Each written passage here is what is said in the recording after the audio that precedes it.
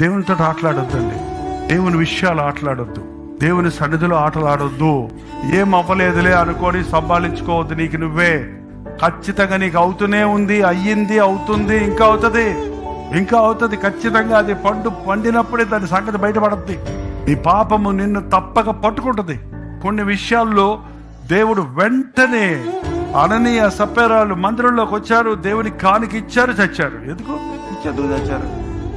వాళ్ళు ఆస్తినిచ్చి దేవుడికి ఇస్తామని అనుకున్నారు. మనసులో పేతురుకు వచ్చేది చెప్పలా, వాడు నేను రాసేవలా మనసులో అనుకున్నారు. అమ్మిన తర్వాత సగం దాచిపెట్టుకున్నారు.